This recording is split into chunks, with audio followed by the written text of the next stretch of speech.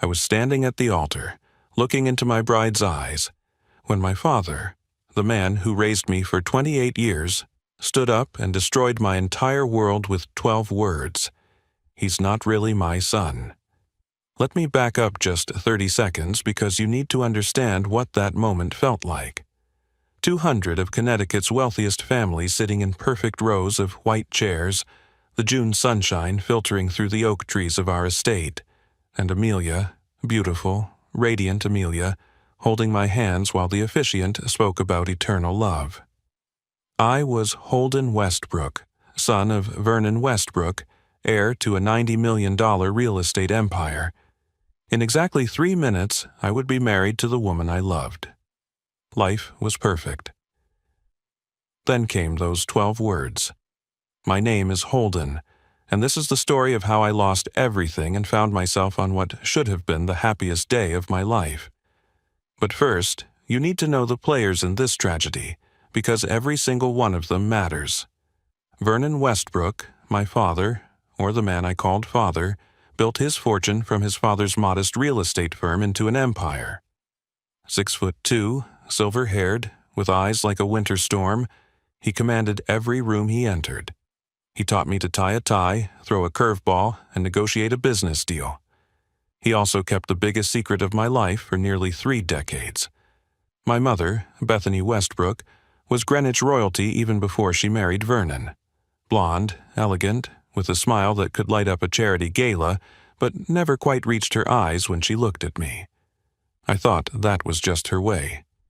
Turns out guilt looks a lot like distance when you're keeping a secret that big. Then there's my sister Sloane, 3 years older, twice as sharp, and the one who actually deserved to run the family business. While I was designing buildings, she was dissecting profit margins and expansion strategies. She used to joke that I got the artistic gene and she got the business one. Neither of us knew how literally true that was. My bride, Amelia Thornfield, worked as a pediatric nurse at Yale New Haven Hospital. We met when I was designing the new children's wing. She fought me on every design choice until I realized she was right about all of them. That's when I knew I had to marry her. She had this way of seeing straight through pretense to what really mattered. Or so I thought until she ran from our wedding. The ceremony was happening at the Westbrook estate in Greenwich, 50 acres of perfectly manicured grounds that had been in Vernon's family for 3 generations. The rose garden where we stood had been my grandmother's pride and joy. She used to tell me that roses were like family, beautiful, but they'd draw blood if you weren't careful with them. Standing beside me as my best man was Deacon Pike. We'd been friends since we were 7, when his family moved in next door. Their money was new, ours was old. Vernon never let Deacon forget it, but I didn't care. Deacon was the brother I chose, even if I already had a sister who shared my blood. Or so I thought. The officiant had just reached the part everyone jokes about but nobody expects to matter. If anyone has reason why these two should not be joined in matrimony, speak now or forever, hold your peace. That's when I heard the chair scrape against the stone patio. The sound was like nails on glass in the perfect silence of the moment. Every head turned. Vernon Westbrook was standing up. "Dad," I said, and I actually laughed. "This better be one of your jokes." Vernon wasn't smiling. His face looked carved from granite, and when he spoke, his voice carried the same weight he used in boardrooms when he was about to destroy a competitor. "I have something to say," he announced, and my blood turned to ice water in my veins. My mother's face went white. "Vernon, please, not now." "If not now, when?" Vernon's voice boomed across the garden. "When he has children? When he's running my company? When he's spent his whole life living a lie?" Amelia's grip on my hands tightened. "Holden, what's happening?" "Holden," Vernon said, and the way he said my name made it sound like a curse. "You're not my biological son. Your mother had an affair 29 years ago. I've known since you were born, but I kept quiet. I raised you as mine." The gasp that ran through the crowd sounded like wind through the trees, except wind doesn't judge you. 200 faces turned to stare at me, the imposter in a tuxedo, the fake heir to the Westbrook throne. And outside, though I didn't know it yet, a limousine was already waiting with the truth about who I really was. That morning had started like a dream. I woke up in my childhood bedroom at the Westbrook estate, the same room where I'd built Lego cities as a kid, dreaming of becoming an architect. The June sunshine streamed through the windows, and for a moment I just lay there, thinking about how perfect life had become. At 28, I was everything Vernon Westbrook had raised me to be. I'd graduated from Yale with honors, gotten my architecture degree from Harvard, and designed 3 buildings that were already getting attention in Architectural Digest. But more than that, I was about to marry Amelia, who somehow made all those achievements feel secondary to the simple joy of making her laugh over morning coffee. Rise and shine, sleeping beauty. Deacon burst through my door, carrying 2 cups of coffee and wearing half of his tuxedo. Big day, my friend. You ready to give up your freedom? Ready to start my life, actually, I said, taking the coffee gratefully. That's disgustingly romantic, Deacon said. Remember when you swore you'd never get married before 40? That was before I met someone who argued with me about the placement of windows in a pediatric ward and turned out to be completely right. My mother knocked and entered, already dressed in a pale blue dress that probably cost more than most people's cars. "How's my handsome son?" she asked, but there was something in her voice, a tightness I attributed to wedding emotions. "I'm good, Mom. You okay?" She crossed the room and started fussing with my hair, even though I hadn't even showered yet. "Your father's been in his study all morning. You know how he gets at big events, always has to feel in control. He's not giving a business presentation," I laughed. "He just has to sit there and watch me get married." My mother's hand stilled for a moment. "Yes, just watch." Looking back now, I can see all the signs I missed. The way she held me a little too long when she hugged me. The way she kept starting sentences and then stopping. The way she looked at me like she was memorizing my face. "Mom, seriously, are you okay?" "I'm proud of you," she said suddenly. "Whatever happens, always remember that I'm proud of you. Whatever happens. Mom, it's a wedding, not a war." She smiled, but it didn't reach her eyes. "Of course. I'm just being sentimental." After she left, Deacon watched me carefully. "Your family's being weird today, even by Westbrook standards." "They're always weird," I said, heading for the shower. "Have you met my family?" The truth was, the Westbrooks were American royalty, at least in Connecticut. Vernon's grandfather had started with a single apartment building in Hartford. Vernon's father had turned it into a modest real estate firm. But Vernon? Vernon had transformed it into an empire. Shopping centers, office complexes, luxury condos from Boston to D.C., $90 million and counting. As I got dressed, I could hear the orchestra warming up in the garden below. Sloane knocked and came in, looking stunning in her maid-of-honor dress. "Baby brother," she said, using the nickname I'd always hated. "You clean up nice." "Thanks for everything, Sloane. I know you basically planned this whole thing." "Amelia planned it. I just executed her vision." She paused. "You know I love you, right?" "Okay, what is wrong with everyone today?" I asked. "You're all acting like someone died. Can't we just be emotional? Our little Holden is getting married." She helped me with my cufflinks, the ones that had belonged to our grandfather. "You know," she said quietly, "no matter what, you'll always be my brother." "Of course I will." "Sloane, you're scaring me." "I'm just saying. Blood doesn't make family. Love does." At the time, I thought she was being philosophical. Now I know she was trying to tell me something without telling me. Sloane had always been the smarter one, but even she couldn't figure out how to stop what was coming. The guests started arriving around 2 o'clock. The Vanderbilts, the Rockefellers, old names, old money, old traditions. My Uncle Ford clapped me on the back and said, "You're doing the family proud, son." My cousins made jokes about ball and chain. Everyone acted normal except for my own immediate family, who moved through the crowd like they were walking to a funeral. I stood at the altar at 3 o'clock sharp, watching the garden fill with roses and sunshine and people I'd known my entire life. Deacon stood beside me, making jokes to keep me calm. The string quartet began playing, and everyone turned to watch for Amelia. This was supposed to be the beginning of my perfect life. Instead, it was the end of everything I thought I knew about myself. The string quartet shifted into the wedding march, and there she was. Amelia appeared at the garden entrance, her dress catching the afternoon light like something out of a fairy tale. Her father walked beside her, but I only had eyes for her. She smiled at me, that private smile that said, "Can you believe we're actually doing this?" And my heart felt too big for my chest. Everything was perfect for exactly 7 more minutes. The officiant, Reverend Morrison, had known our family for 20 years. He'd presided over Sloane's confirmation, my grandmother's funeral, and now my wedding. His voice carried across the garden as he spoke about love, commitment, and the sacred bonds of marriage.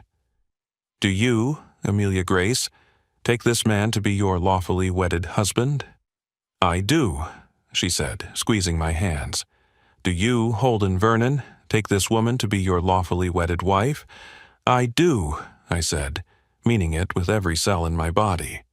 If anyone has reason why these two should not be joined in matrimony, speak now, or forever hold your peace. The silence that followed should have lasted 2 seconds, maybe 3, just enough for the Reverend to move on to the next part. Instead, I heard that chair scrape against stone. Vernon Westbrook stood up. "I have something to say." The entire garden turned to look at him. My first thought was that this had to be some kind of joke. Vernon had a cruel sense of humor sometimes, especially after a few drinks, but he was stone-cold sober, and his face looked like thunder. "Dad, what are you doing?" I asked, still trying to smile, still trying to salvage the moment. "Something I should have done years ago," he said. "Holden, you're not my biological son." The words hit me like a physical blow. I actually stepped back, nearly stumbling on the altar steps. "Your mother had an affair 29 years ago," Vernon continued, his voice carrying to every corner of the garden. "I've known since you were born, but I kept quiet. I raised you as mine. Vernon, please." My mother stood up, tears streaming down her face. "Not like this." "Then how, Bethany?" Vernon's voice turned vicious. "Should I have told him at Christmas? His college graduation? There's never a good time to tell someone their whole life is a lie." Amelia's hands went slack in mine. "What is he saying?" "Holden, what is he talking about?" "I don't know," I said, but my voice sounded strange, distant. "Dad, stop this." "Don't call me that," Vernon snapped. "I'm not your father." "Your father was some artist your mother was sleeping with while I was building this empire." The crowd erupted in whispers, a sound like wasps swarming. I saw faces I'd known my whole life looking at me with shock, pity, and worst of all, curiosity, like I was some creature in a zoo. "Tell him, Bethany," Vernon commanded. "Tell him about Theodore Ashford. Tell him how you begged me to raise another man's child." Theodore Ashford. The name meant nothing to me, but it must have meant everything because my mother collapsed back into her chair, sobbing. "Is it true?" I asked her. "Mom, look at me. Is it true?" She looked up, her perfectly applied makeup running in streams. "Holden, I'm so sorry. I wanted to tell you so many times." The ground felt like it was tilting. 28 years of calling Vernon Dad, 28 years of being Holden Westbrook, 28 years of lies. "But here's the best part," Vernon said, and his smile was terrible. "The Westbrook fortune, all 90 million of it, will pass only to true Westbrook blood, to Sloane. Holden gets nothing, 0, Not the trust fund, not the company position, not even the car I bought him for his 16th birthday. "Dad, stop!" Sloane shouted, standing up. "This is cruel. He's your son in every way that matters." "He's not my son at all," Vernon said coldly. "He's a cuckoo bird I've been raising in my nest." I looked at Amelia, hoping to find something solid to hold on to in her eyes. Instead, I saw fear, confusion, and something worse. Disgust. "You knew?" she asked me. "You had to have known something." "I didn't." "Amelia, I swear I didn't know." She pulled her hands away from mine. "Your whole family knew." "They all knew, except you." "I can't do this," she said, backing away. "This is insane. Your father just announced you're not even who you say you are. What else don't I know? What else have you lied about?" "I never lied. I didn't know. I need to think. I need space. I can't do this right now." She gathered her dress and ran back down the aisle, her veil floating behind her like a ghost. The silence that followed was deafening. I stood at the altar, watching Amelia disappear into the house, her white dress the last thing I saw before the door slammed shut. 200 people stared at me, waiting to see what Holden Westbrook, no, what Holden Nobody, would do next. "Amelia, wait!" I started to follow her, but Vernon's voice stopped me cold. "Let her go, boy. She's too good for you anyway. A real Thornfield married to a bastard. Her family would never recover from the shame." Something snapped inside me. I turned back to face him, this man who had raised me, taught me, pretended to love me for 28 years. "You waited until my wedding day?" My voice was surprisingly steady. "You held on to this secret for almost 3 decades, and you chose today to reveal it?" "You needed to know your place," Vernon said, adjusting his cufflinks like we were having a business discussion. "I couldn't let you marry that girl under false pretenses. She deserves to know what she was getting into." "False pretenses?" I didn't know. How could I be lying about something I didn't even know? Ignorance doesn't change facts. You're not a Westbrook. You never were. Deacon stepped forward from his position as best man. "Mr. Westbrook, with all due respect, this is sick. You raised him. You called him son. You can't just erase that." "Watch me," Vernon said coldly. "Security will escort him off the property within the hour. He's no longer welcome in any Westbrook home or business." My mother finally found her voice. "Vernon, you can't do this. He's innocent in all of this. Punish me if you want, but not Holden." "You?" Vernon laughed, and it was an ugly sound. "You think this is punishment? This is mercy. I could have exposed your affair 28 years ago. I could have divorced you and left you with nothing. Instead, I raised your bastard and gave him every advantage. The best schools, the best opportunities, everything a real son would have gotten. And this is how you thank me?" "By telling the truth," I asked. "You think you deserve gratitude for lying?" The crowd was absolutely silent now, hanging on every word. I saw my Uncle Ford whispering to his wife. My cousins were recording on their phones. The Vanderbilts were already heading for their cars, not wanting to be associated with the scandal. Sloane pushed through the crowd and stood beside me. "Holden, don't listen to him. You're my brother. You'll always be my brother." "Your half-brother," Vernon corrected. "And if you continue to associate with him, Sloane, you'll lose your position in the company." "You're threatening me now?" Sloane asked, incredulous. "Your actual daughter?" "I'm protecting the family legacy. Something you should understand if you want to inherit it." I looked around the garden, at the roses my grandmother had planted, at the gazebo where Sloane and I had played as children, at the house where I'd learned to ride a bike in the driveway. Every memory was tainted now, poisoned by the knowledge that I'd never really belonged here.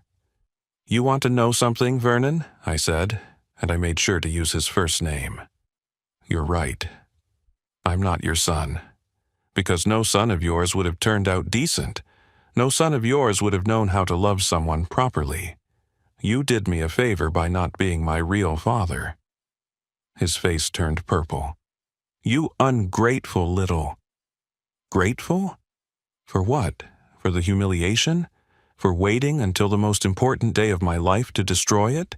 For making sure everyone I've ever known would witness my disgrace?" I pulled off the boutonniere and threw it at his feet. "Keep your name. Keep your money. Keep all of it. It was never mine anyway." I started walking down the aisle, not running. I wouldn't give him the satisfaction of seeing me run. Behind me, I heard voices calling my name. Deacon. Sloan. Even my mother. But I didn't stop. "If you walk away now, you get nothing," Vernon shouted. "Not even your personal belongings, nothing." I turned back one last time. "I'd rather have nothing as myself than everything as your son."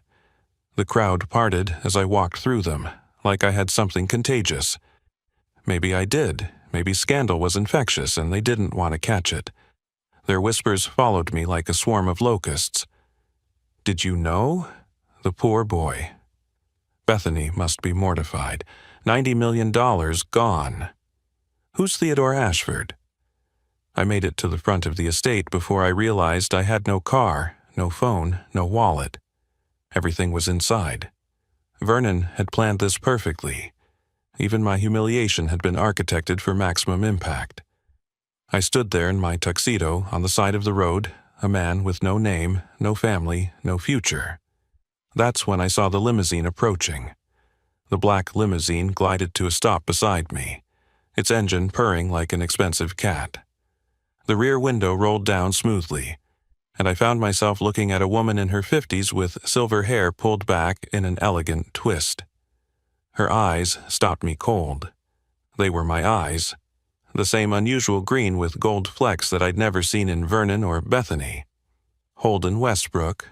she asked, though something in her tone suggested she already knew the answer. "I don't know who I am anymore," I said honestly, "but yeah, that used to be me." She opened the door and stepped out. She was tall, graceful, wearing a navy dress that whispered money but didn't shout it. "My name is Cordelia Ashford. I was your father's sister." The words hit me like a second blow. "Theodore Ashford." Vernon mentioned that name. "Yes, Theo." Her voice softened when she said his name. "He died 3 years ago, but he knew about you. He spent his final months making sure you'd be taken care of when this day came. He knew this would happen? He knew Vernon Westbrook well enough to predict it. Men like Vernon can't let perceived slights go unpunished. Raising another man's son? That would eat at him until he found the perfect moment to exact his revenge." She handed me a manila envelope, thick and heavy with documents.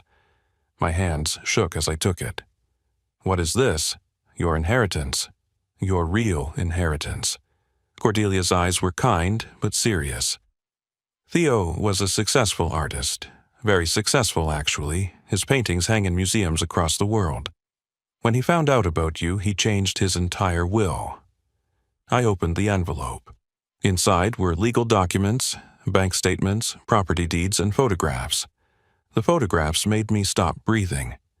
It was like looking at myself in 20 years. The same angular face, the same unruly dark hair, the same eyes that Cordelia shared. "He looked for you," Cordelia continued. "Hired private investigators. Found out that Bethany had disappeared from his life without explanation 29 years ago. She was pregnant with you and terrified. Vernon had offered her a deal. Marry him. Let him raise you as his own, and you'd want for nothing. Or keep you in struggle as a single mother with no support. She chose Vernon's money. She chose what she thought was best for you. Theodore had no money back then. He was a struggling artist living in a studio apartment. Vernon was already wealthy, established, offering stability. I found a handwritten letter in the envelope. The paper soft with age like it had been handled many times. The first line read, "My dear son, If you're reading this, then you know the truth, and I can finally speak to you honestly. Read it later, Cordelia said gently, when you're alone. But know this, he loved you without ever meeting you. He followed your career, collected every article about your architecture projects. He said you inherited his artist's eye, but found a way to make art that shelters people. How much did he leave me? The question felt crass, but I needed to know if I'd have anywhere to sleep tonight. Everything. The paintings and private collections worth about $12 million. The estate in France, the brownstone in New York, the cabin in Vermont. The investment portfolio he built from his art sales, another $18 million. After taxes and fees, you're looking at around $30 million. $30 million. Not $90 million like the Westbrook fortune, but it was mine. Actually, mine. There's more, Cordelia said. You have sisters. Half-sisters. Penelope and Juniper. They're artists too, and they know about you. They want to meet you. Behind us, I heard footsteps running. Deacon and Sloan had followed me out. Holden, Sloan called. Don't leave like this. I turned to face them, my sister and my best friend, the two people who'd stood by me in that garden of horrors. I have to go, I said simply. Where? Deacon asked. You don't have anywhere to go. I looked at Cordelia, who nodded slightly. Actually, I do. I have a father who left me everything. I have an aunt who came to find me. I have sisters I've never met. I have a whole life I never knew existed. Sloan was crying now. You're still my brother. I don't care what Dad says. I know. And you're still my sister. But I can't go back there. I can't be in that house, in that life, knowing it was all a performance. What about Amelia? Deacon asked. She ran. When I needed her most, she ran. That tells me everything I need to know. Cordelia stepped forward. The car is waiting, Holden. The choice is yours, but if you come with me, you'll learn who Theodore Ashford was, who you really are, who you could become without the Westbrook name hanging around your neck like a noose. I looked back at the estate one more time. Through the gates, I could see the wedding guests dispersing, the scandal already spreading through Greenwich society like wildfire. Tomorrow, I'd be the talk of every country club and charity board.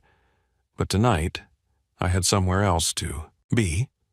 6 months later, I stood in my new Manhattan apartment, watching the city wake up through floor-to-ceiling windows. The brownstone Theodore had left me was worth $8 million alone. But it wasn't the money that mattered. It was the walls covered in his paintings. Explosions of color and emotion that felt like conversations with the father I'd never met. My phone buzzed with a text from Sloan. Dad's miserable. Mom finally served him divorce papers yesterday. She's taking half of everything. We met for coffee that afternoon at a small cafe in Soho, far from the Westbrook territory of Greenwich. Sloan looked tired, but somehow lighter, like she'd been carrying a weight she'd finally put down. How's Mom? I asked. She's in therapy 3 times a week. The guilt was eating her alive. She wants to see you when you're ready. Maybe someday, not yet. And Vernon? Sloan laughed, but it was bitter. He's alone in that massive house, rattling around like a ghost. The board is questioning his judgment after the wedding scandal. Turns out, publicly humiliating someone at a society wedding is bad for business. Who knew? What about Amelia? Engaged to Harrison Blackwell. You remember the pharmaceutical heir. They're getting married next month. The news should have hurt, but it didn't. The woman who'd run from me at my lowest moment had shown me exactly who she was. Rosanna, the woman I'd started dating 2 months ago, understood complicated families. She'd been one of Theodore's art students and had stories about my father that made him real to me in ways the photographs couldn't. He used to say that art was just life with the boring parts edited out, she told me on our first date. I think he would have loved your buildings. You create art people can live inside. My architecture firm, Ashford Designs, had launched 3 weeks after the wedding disaster. Cordelia had introduced me to her connections in the art world, people who wanted homes and galleries that understood both function and beauty. My first commission came from a museum director who'd known Theodore. The second came from someone who'd never heard of the Westbrooks but loved my portfolio. By month 6, I had 8 employees and more requests than I could handle. Deacon had quit his job at Morgan Stanley to become my business partner. "If you can walk away from $90 million, he said, "I can walk away from a soul-crushing finance job." The real revelation came through Penelope and Juniper, my half-sisters. They welcomed me like I'd always been part of their world, teaching me about Theodore through their memories and their own art. "Dad always wondered about you," Penelope told me one evening at her gallery opening. "He had this sketch he'd done of what he thought you might look like." It was surprisingly accurate. Why didn't he fight harder to find me sooner? Vernon threatened him with lawyers. Said Bethany had signed documents giving up any claim to you. Said if Theodore tried to make contact, he'd make sure you never saw a penny of the Westbrook fortune. So, he waited. He waited and painted and invested every dollar from his art sales. He said if he couldn't give you his presence, he'd give you the freedom to choose your own path. Juniper handed me a painting that night, one of Theodore's last works before he died. It was an abstract piece in greens and golds, the colors of our shared eyes. The title on the back read, "For my son, wherever you are." Vernon tried to contact me once through his lawyers. He claimed I owed him for 28 years of room, board, and education. My lawyer, paid for with Theodore's money, sent back a one-line response. "Mr. Ashford owes Mr. Westbrook nothing." The letter Theodore had left me became my daily meditation. One passage in particular lived in my mind. "I failed you by not being there, but perhaps that failure became a gift. You got to choose who you are, without my influence, without my expectations. You became yourself, an architect, a builder, a creator. The Westbrooks may have raised your body, but your soul was always your own. Now you're free to build whatever life you want, with whatever name you choose." I legally changed my name to Holden Ashford the week after I read that letter. Standing in my apartment now, surrounded by Theodore's art and my own architectural drawings, I understood the truth. Vernon thought he was taking everything from me when he stood up at that wedding. Instead, he'd given me the one thing his money never could: freedom. Freedom from performing the role of grateful son. Freedom from the suffocating expectations of old money. Freedom from a life that was never really mine. My phone buzzed. Cordelia was texting about Sunday dinner. Penelope's making paella, Theodore's recipe. Bring wine. I smiled and typed back, "Red or white? Whatever makes you happy. Life's too short for other people's rules." I looked at my reflection in the window. Not Vernon's son, not the lost Westbrook heir, but Holden Ashford. Architect, brother, son, to a man who loved me without ever meeting me. The wedding that destroyed my old life had given birth to my real one. And that was worth more than all the Westbrook millions. That was worth everything. If this story resonated with you, if you've ever discovered that losing everything meant finding yourself, I'd love to hear about it in the comments below. Share this video with someone who needs to remember that sometimes our biggest disasters become our greatest gifts.